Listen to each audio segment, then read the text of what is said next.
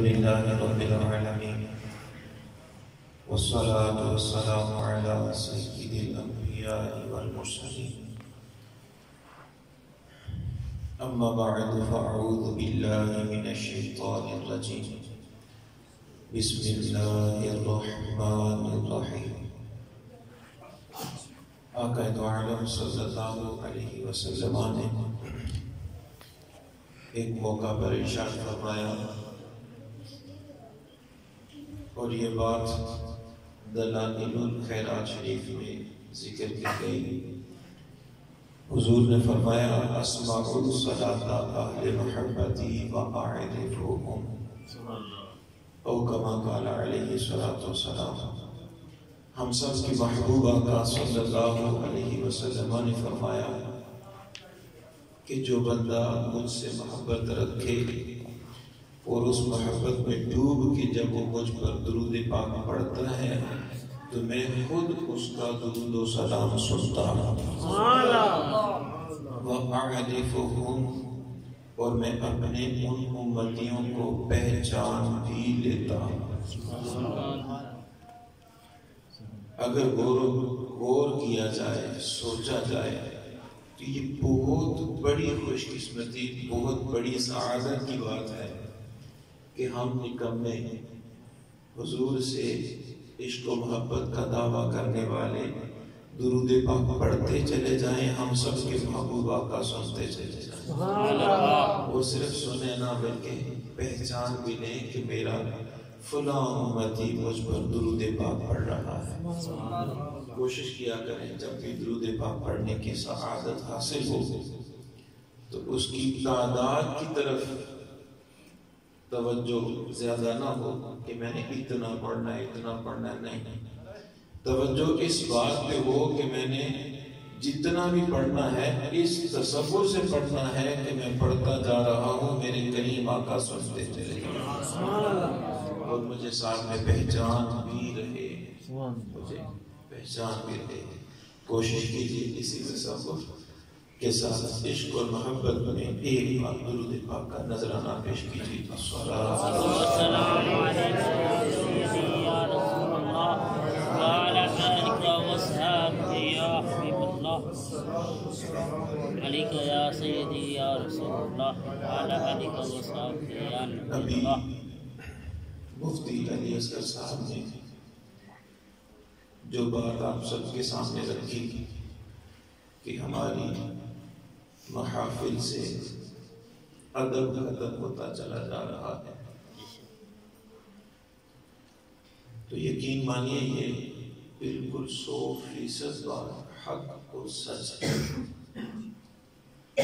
اور اس کی بہت ساری فرمان ہیں، وجوہات ہیں۔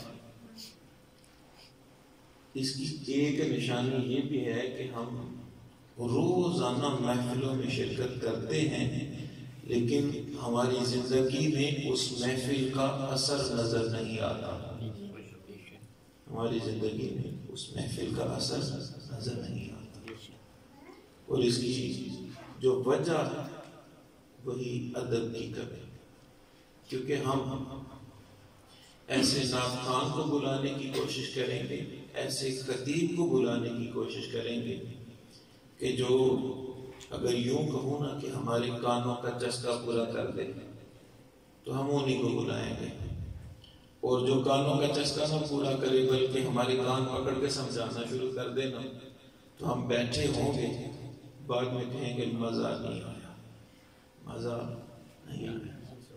نعت خوان ہے تو ہمیں بس اس سے غرض ہوگی کہ نعت ایسی ہونی چاہیے کہ ایک دفعہ نہ سب ایسے اچھل پڑے، تو اس میں بدقسمتی کہ وہ انداز اس طرح کا بنتا ہے، اور اسی انداز میں بعض اوقات نعت خوان طرزیں بھی ایسی لگانا شروع کر دیتے ہیں کہ اس طرز میں نعت سن کے مدینے کا تصور آنے کے بجائے کسی فلم کا تصور آ جاتا ہے کہ فلانی فلم کا یہ فلانا گانا ہے، تو وہ نعت ہی کیسی کہ جس کو پڑھا جائے سنا جائے، حضور کا تصور آنے کی بجائے، گنبد خضرا کا تصور آنے کی بجائے کوئی فلم کا تصور آ جائے، تو وہ نعت کہلانے کی اس انداز میں طرز کی بات کر رہا ہوں، یہ حقداری ہے۔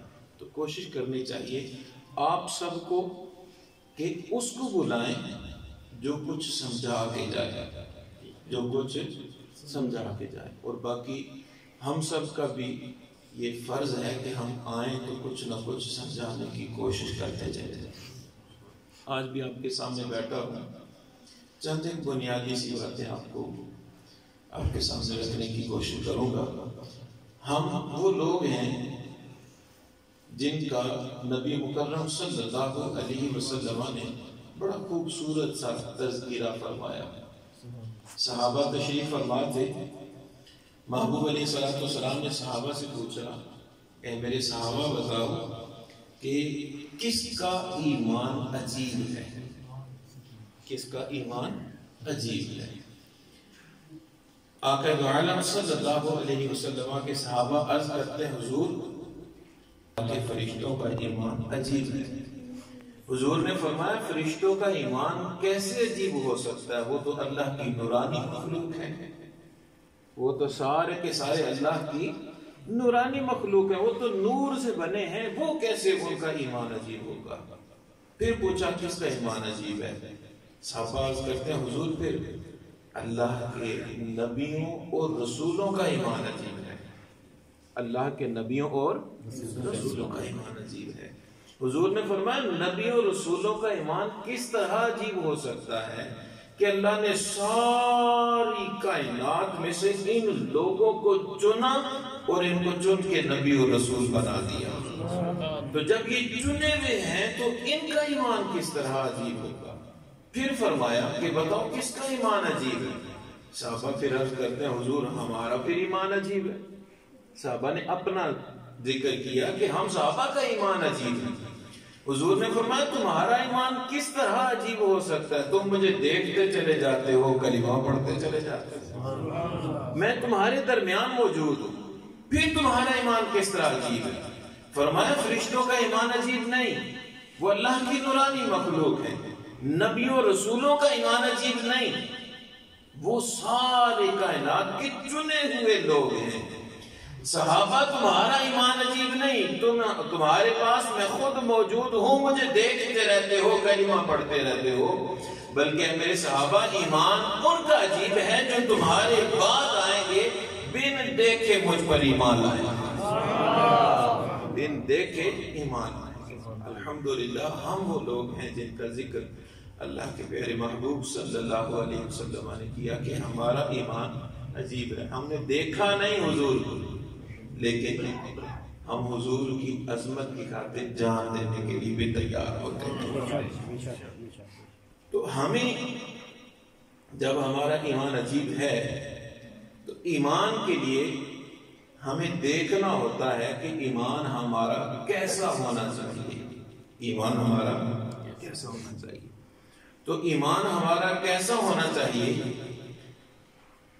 ایسا ہونا چاہیے کہ جیسا اللہ کے محبوب کے صحابہ کا ایمان تھا، اللہ کے محبوب کے صحابہ کا ایمان تھا۔ وجہ اس کی وجہ یہ ہے کہ محبوب علیہ السلام کو جن لوگوں نے دیکھا وہ دو طرح کے تھے، جن لوگوں نے حضور کو دیکھا وہ دو طرح کے تھے۔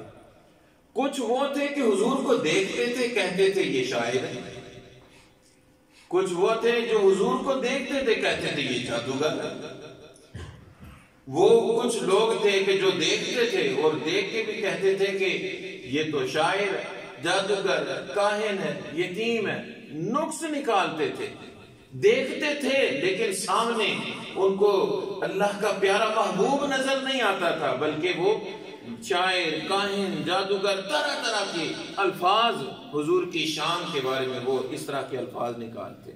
ان لوگوں کے بارے میں رب نے فرمایا تراہم ینظرون الیک وہم لا یبصرون، اے محبوب صلی اللہ علیہ وسلم آپ ان کی طرف دیکھ رہے ہیں اور آپ محسوس کرتے کہ یہ آپ کو دیکھ رہے ہیں، میرے محبوب یہ تو آپ کو دیکھ ہی نہیں پا رہے، کیونکہ جب دیکھ ہی نہیں پا رہے اسی لیے تو وہ سمجھ ہی نہیں پا رہے اور کہہ دیتے ہیں شاعر ہیں، جادوگر ہیں، کاہن ہیں، بلکہ جنہوں نے دیکھا اور حضور کی شان کو سمجھا، محبوب نے خود ان کے کے بارے میں فرمایا صحابی کا نجوم، میرے صحابہ یعنی مجھے دیکھنے والے وہ ستاروں کی طرح ہیں، تم جس کے بھی پیچھے چلو گے جنت میں پہنچ جاؤ۔ سبحان اللہ۔ تو جنہوں نے دیکھا ان کے بارے میں حضور نے فرمایا، دیکھا اور شان کو سمجھا، ان صحابہ کے بارے میں فرمایا کہ یہ لوگ ہیں جن کے پیچھے چلنا۔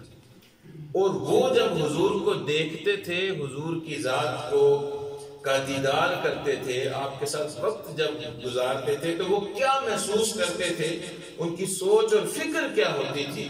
بخاری شریف کی حدیث طیبہ ہے، حضرت جابر رضی اللہ تعالی عنہ راوی ہیں، فرماتے ہیں کہ نبی مکرم صلی اللہ علیہ وسلم حدیبیہ کے موقع پر اپنے صحابہ کے ساتھ موجود تھے، اور اس لشکر میں، لشکر ایک جگہ قیام پذیر تھا، کیفیت ایک یہ بن گئی کہ پورے لشکر سے پانی ختم ہو گیا، پورے لشکر سے پانی ختم ہو گیا۔ اب جب لشکر کا پانی ختم ہوا، سارے پریشان ہوئے کہ اب پانی ختم ہو چکا، اس کیفیت میں کیسے ہم مزید آگے بڑھ پائیں گے۔ جب پریشانی زیادہ بڑھی تو محبوب علیہ السلام کے قدموں میں حاضر ہو گئے۔ حضرت جابر فرماتے ہیں کہ ہم حضور کے پاس آئے، محبوب علیہ السلام نے دوبارہ فرمایا کہ سارے لشکر کا جائزہ لو۔ جائزہ لیا گیا، ایک مشکیزہ یعنی تھیلا، ٹھیک ہے، چمڑے کا، وہ ملا اور اس میں تھوڑا سا پانی تھا۔ محبوب علیہ السلام نے کلی فرمائی، اس میں پانی ڈالا، اپنا ہاتھ اس میں رکھا، اس سے چشمہ جاری ہو گیا۔ اب جب چشمہ جاری ہوا، صحابہ نے خود پیا، اپنے جانوروں کو بھی وہیں سے برتن بھرے پلا دیا، اپنے برتن بھر لیے، سب سے راغب ہو گئے۔ جیسے یہ بات میں آپ کے سامنے بیان کر رہا ہوں، حضرت جابر نے یہ بات ان صحابہ کو سنائی جو صحابہ اس وقت محبوب کے ساتھ نہیں تھے۔ تو ان صحابہ نے پوچھا کہ اے جابر، وہاں حضور کے ساتھ آپ کتنے لوگ تھے؟ وہاں حضور کے ساتھ کتنے لوگ تھے؟ مفتی احمد یار کا نعیمی رحمہ اللہ یہاں پر فرماتے ہیں کہ وہاں حضور کے ساتھ 1500 صحابہ تھے۔ کتنے؟ 1500 صحابہ تھے جنہوں نے خود پانی پیا، جانوروں کو بھی پلا لیا، برتن بھی بھر لیے۔ اب بات یہاں مکمل ہو جانی چاہیے، لیکن حضرت جابر فرماتے ہیں کہ اے صحابہ، ہم تھے 1500، اگر ہوتے 1 لاکھ تو اللہ ان کو بھی سیراب کر دیتا، اللہ کی ذات پاک ان کو بھی سیراب کر دیتی۔ اب یہاں جو سمجھنے والی بات ہے وہ یہ کہ دیکھے 1500 صحابہ جنہوں نے پانی پیا، 1 لاکھ کو انہوں نے دیکھا ہی نہیں، پانی انہوں نے پیا نہیں، تو پھر کیسے کہہ دیا کہ 1 لاکھ ہوتے وہ بھی سیراب ہو جاتے؟ اس طرح کہہ دیا کہ کنجوسی نہیں کی، کنجوسی نہیں کی، کیونکہ سمجھتے تھے جس ذات نے تھوڑے سے پانی سے 1500 کو سیراب کیا، وہ رب کی ذات اسی پانی سے لاکھوں بھی سیراب کر دے۔ سبحان اللہ۔ ٹھیک ہے، تو حضور کی جب شان صحابہ سمجھتے تھے، کنجوسی نہیں کرتے تھے، کنجوسی دیکھے 1500 لیکن دعویٰ کیا کیا؟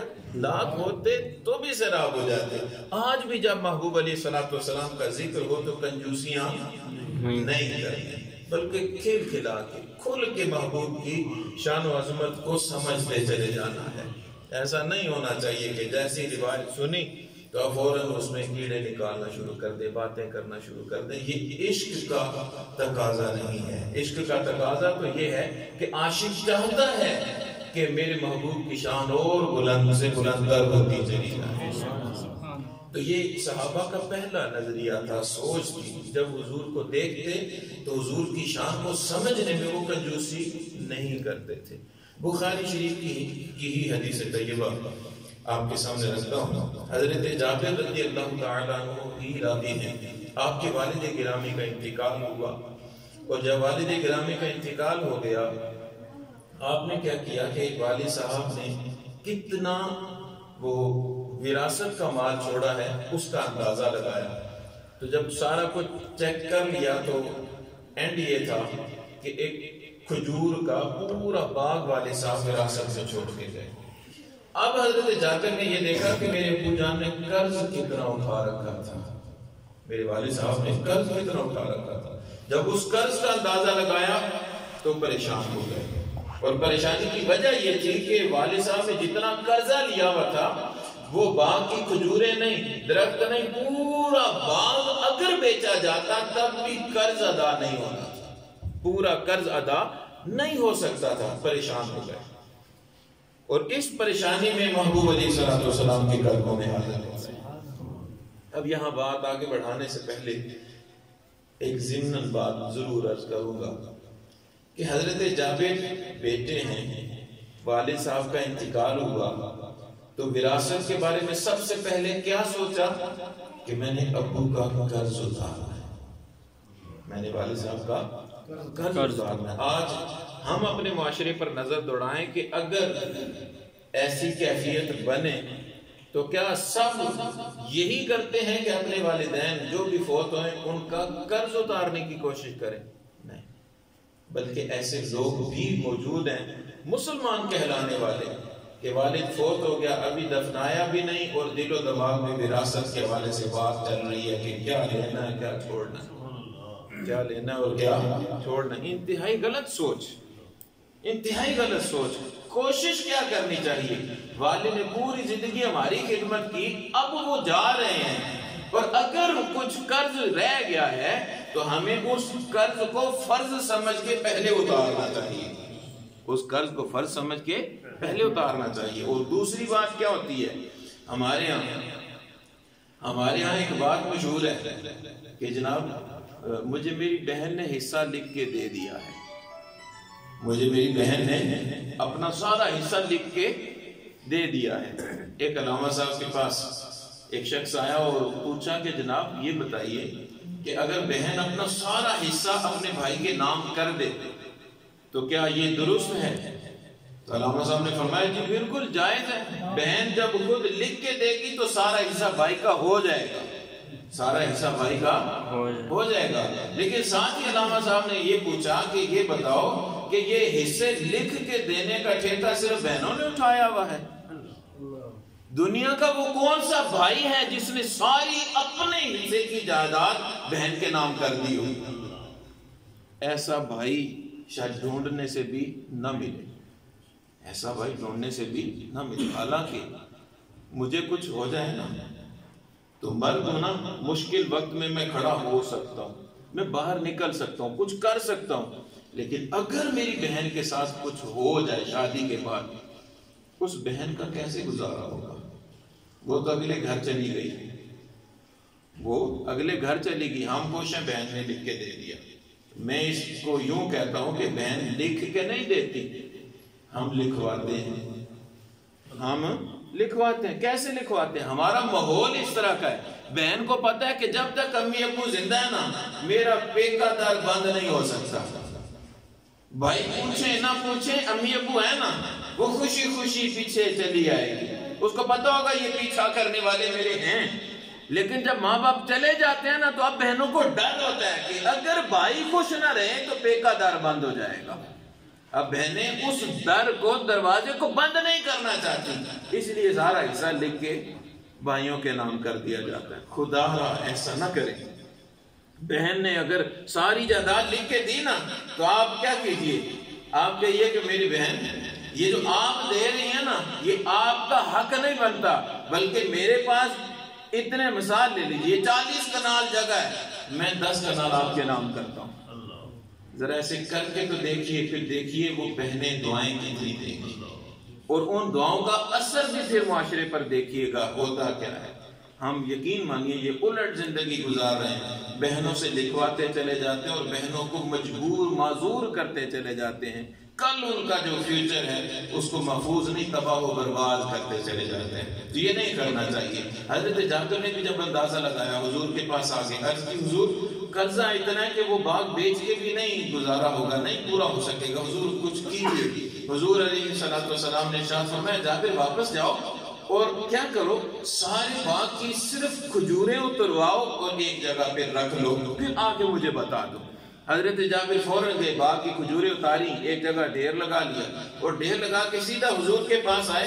محبوب علیہ الصلوۃ والسلام نے اب ارشاد فرمایا اب جاؤ میرے پیارے صدیق اکبر کو بلا کے لے آؤ۔ صدیق اکبر کو بلایا جاتا ہے، پھر حضور فرماتے ہیں اب جاؤ فاروق اعظم کو بلا کے لے آؤ، فاروق اعظم کو بھی بلا لیا جاتا ہے۔ میرے محبوب علیہ السلام اپنے پیارے خوبصورت صحابہ کے ساتھ حضرت جابر کے والد جو باغ چھوڑ گئے تھے اس باغ میں تشریف لے جاتے ہیں۔ حضور ایسے کھجوروں کے پاس جا کے کھڑے ہوتے ہیں، ہاتھ اٹھائے، دعا فرمائی اور فرمایا جابر جتنے لوگوں کا قرضہ دینا سب کو بلاتا جا، انہی قرضوں سے قرضہ اتارتا جا، انہی کھجوروں سے قرضہ اتارتا چلا جا۔ حضرت جابر لوگوں کو بلاتے ہیں، قرض دینا شروع کر دیا، جتنے پیسے تو اس کے برابر میں کھجوریں دیتے گئے، یہ کام کرتے کرتے شام ہو گئی۔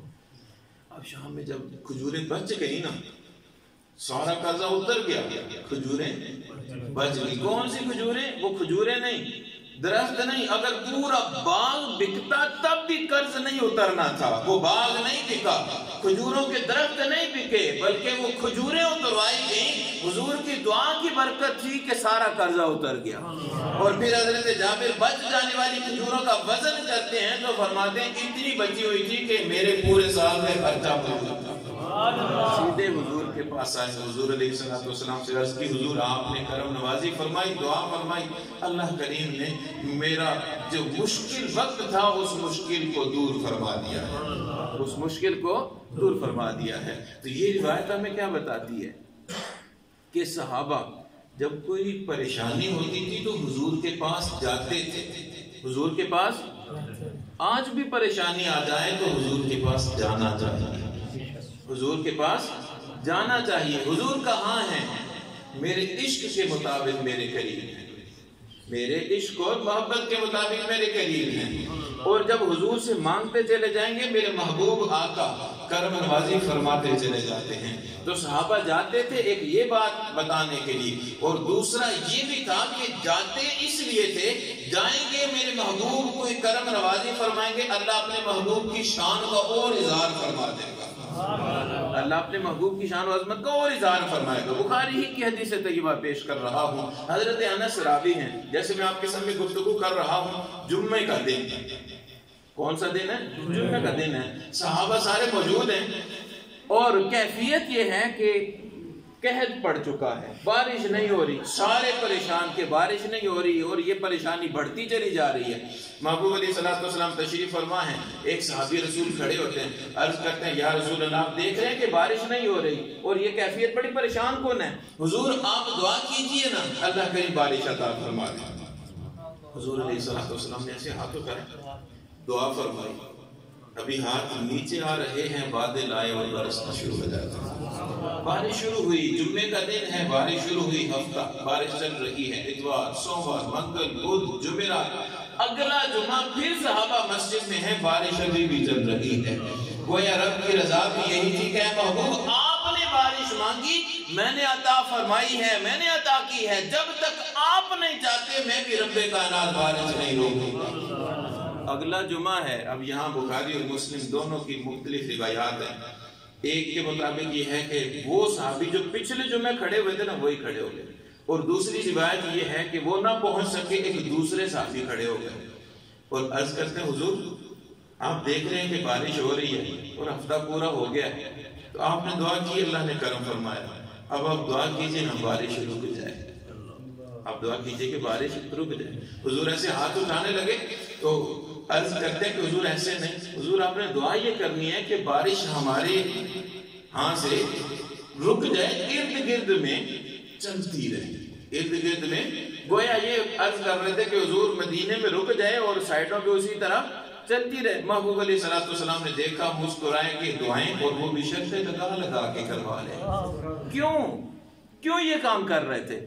اس لیے کہ سب جانتے تھے، سارے صحابہ جانتے تھے اللہ نے جو آقا دو عالم کو مقام عطا فرمایا وہ کسی کو نہیں دیا، جو ہم سب کے محبوب آقا کو رب نے مقام دیا وہ کسی کو نہیں دیا، جو شان حضور کو رب نے دی ہے وہ کسی کو نہیں عطا فرمائی۔ حضور نے ایسے صحابہ جمعہ مکمل کرتے ہیں اور مکمل کرنے کے بعد مشرق مغرب شمال جنوب سارے دوڑ پڑتے ہیں، دیکھتے ہیں، دیکھنا کیا تھا؟ محبوب کی شانوں کا اظہار دیکھنا تھا۔ تو فرماتے ہیں ہم گئے، جہاں تک میرے محبوب نے دعا فرمائی تھی وہاں تک بارش رکی ہوئی ہے، آگے میرے رب کی رحمتیں اسی طرح برس رہی ہیں۔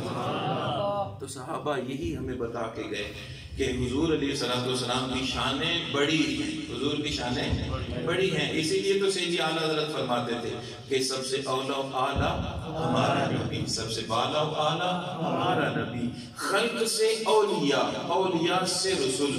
فرماتے ہیں خلق یہ ہم عام لوگ ہیں، ہم عام لوگوں سے ولی افضل اور ولیوں سے رسول افضل ہیں. فرمایا خلق سے اولیاء، اولیاء سے رسول اور رسولوں سے بھی اعلیٰ ہمارا